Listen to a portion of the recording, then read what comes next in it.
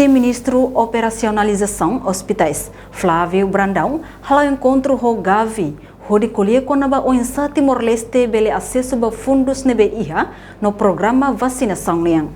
Vice-Ministro Flávio Brandão informa a Sorumalu ho Gavi ne, onde coalia conaba o insa Timor-Leste bele acesso a fundos no programa vacinação e be Timor-Leste planeia no instala ona iha tinen rihun rua sanulu resinsia. Nebe makhareba serviço imunização nian, recomenda ona atu introduz ona ba vaksin, kona ba prevenção cancro cervix, ba inam fetosira. Além de ne, encontro ne se conclui o workshop nacional ida, onde qualia kona ba plano atividade no fundo sira ne mai husi nebe, atu bele implementa programa nacional no vacinação. Equipa husi Gavi nebe makania board o nia serviço planting nia centro ne iha Geneva nebe maka kuliah o insama Timor-Leste bele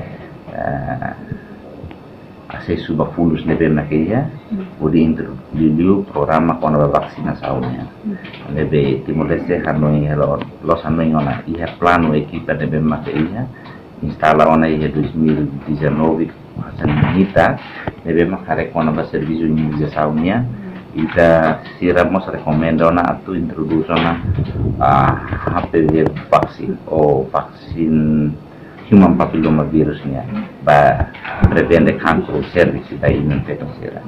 Então odi realiza buat programa ida ne ita precisa recurso nebe miteni prepara model dari storage model dari sel-seluk nebe miteni investe nomos sama akibat halo cobertura de que dia target group de bema que tem que ser identificado de bem contribuir nele se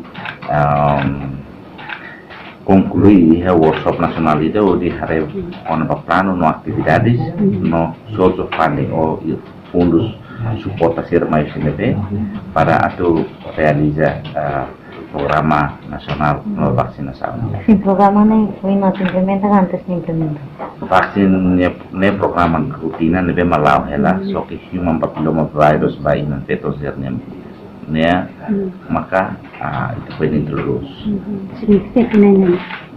Plano ne ya tinan nebe plano tem prepara recurso tudo nebe mekita ya para atu sucesso dia programa nebe media.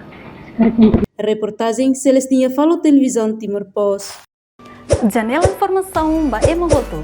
Atu tem informação atual dia kliu. Kita haluha. Haneham botão subscribe, like. Halo comentário no faixa tutang ba media sosial hotu.